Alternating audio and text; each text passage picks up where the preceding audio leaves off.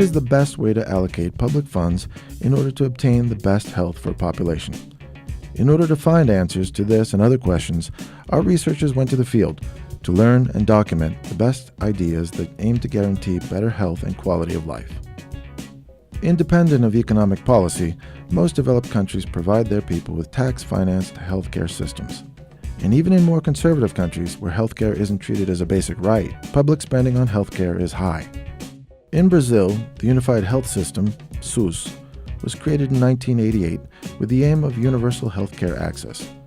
Together with the private health insurance system, it serves a population of around 200 million inhabitants. Saúde não é simplesmente a ausência da doença. É bem-estar social. É momento de pensar de quais são as possibilidades reais e concretas que nós temos de mudar esse sistema de saúde hoje no Brasil.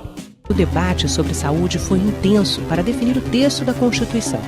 Saúde passou a ser direito de todos e dever do Estado e foi criado o SUS, o Sistema Único de Saúde. O documento da liberdade, da dignidade, da democracia. Throughout Brazil, the organization, financing, and efficiency of the public healthcare system has been the subject of intense debate, and the problem of access to quality medical care and medicines has created numerous critics of the existing system. Pacientes reclamam da falta de remédios de uso contínuo nas farmácias da rede pública. Filas e muita espera por atendimento. Esse é o retrato da saúde pública em grande parte do país. O problema vai desde de infraestrutura até recursos humanos. This system used today in Brazil was inspired by the National Health Service, NHS, in the United Kingdom. Read it carefully. It tells you what the new National Health Service is and how you can use what it offers. Created in the 1940s, it was one of the first public healthcare systems with universal access as its promise. It will provide you with all medical, dental, and nursing care. Everyone, rich or poor, man, woman, or child, can use it or any part of it, but it is not a charity. You are paying for it mainly as taxpayers, and it will relieve your money worries in times of illness. It is used in England, Wales, Northern Ireland, and Scotland, covering about 65 million people. And despite having very similar health systems, each has the freedom to organize its own NHS.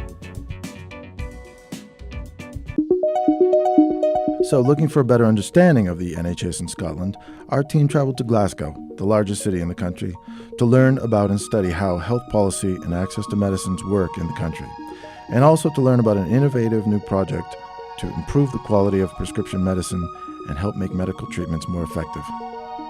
The pharmaceutical market has thousands of medicines. Because it's a very lucrative market, new drugs are being launched every day. And one of the biggest challenges in healthcare systems worldwide is the unjustifiable growth of new treatment prices. In Scotland, access to medicines, even those of high cost, is guaranteed to all inhabitants through public funding. But as public systems are financed with tax resources, when we choose to purchase high-cost drugs, the same resources will not be available for other health treatments, which leads to the challenge of choosing which technologies and medicines are really useful for the population. And in Scotland, who will make that choice is the Scottish Medicines Consortium, known as SMC. We look at the company submissions for the new medicines, to look at the clinical evidence, the health economic evidence, and to compile a report that goes firstly to our new drugs committee to look at the evidence for the new medicine to determine whether it's going to offer value for money for the health service in Scotland. And after that, the submission goes to our main decision-making committee, the Scottish Medicines Consortium. The SMC was established in 2002 and is made up of health professionals, representatives of the NHS, the pharmaceutical industry, and the public, all with voting rights. Most SMC health professionals have a direct role in patient care, ensuring that the views of patients and caregivers will be taken into account during decision-making. But how does the SMC decide which drugs should be provided to the population? When considering a new drug, they are evaluated how well the drug works, which patients would benefit from it, whether it is as good or better than the drugs that the NHS already uses, and if it has a good cost-effectiveness ratio. In England, the National Institute for Health and Care Excellence, NICE, created in 1999, is the body with similar attributes to SMC. And in Brazil, responsible for this work, CONATEC, the National Commission for Health Technology Incorporation, in SUS, established in 2012.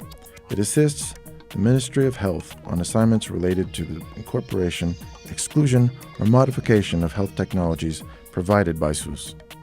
A CONITEC é uma comissão que assessora o Ministério da Saúde nas questões relacionadas a tecnologias. Então, quando precisa se julgar se uma tecnologia vai ou não entrar no rol de tecnologias que são subsidiadas pelo SUS, pelo Sistema Único de Saúde, a CONITEC entra em ação para esta função.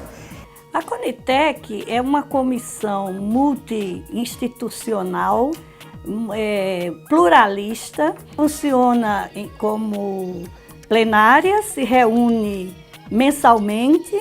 As análises que são encaminhadas são feitas por núcleos de avaliação tecnologia em saúde, alheios ao Ministério da Saúde. A CONITEC é formada por um plenário e uma secretaria executiva. A secretaria executiva é responsável por fazer toda a análise técnica e administrativa que vai subsidiar o plenário para deliberar sobre a incorporação ou não de determinado medicamento. O plenário é composto por 3 instituições. Todas as secretarias do Ministério da Saúde, Anvisa, ANS, Conselho Nacional de Saúde, CONAS, Conselho Nacional dos Secretários Estaduais de Saúde, CONASENS, Conselho Nacional dos Secretários Municipais, CFM, que é o Conselho Federal de Medicina. Então, esse plenário é que vai avaliar e recomendar a incorporação de um novo medicamento, produto ou procedimento no SUS.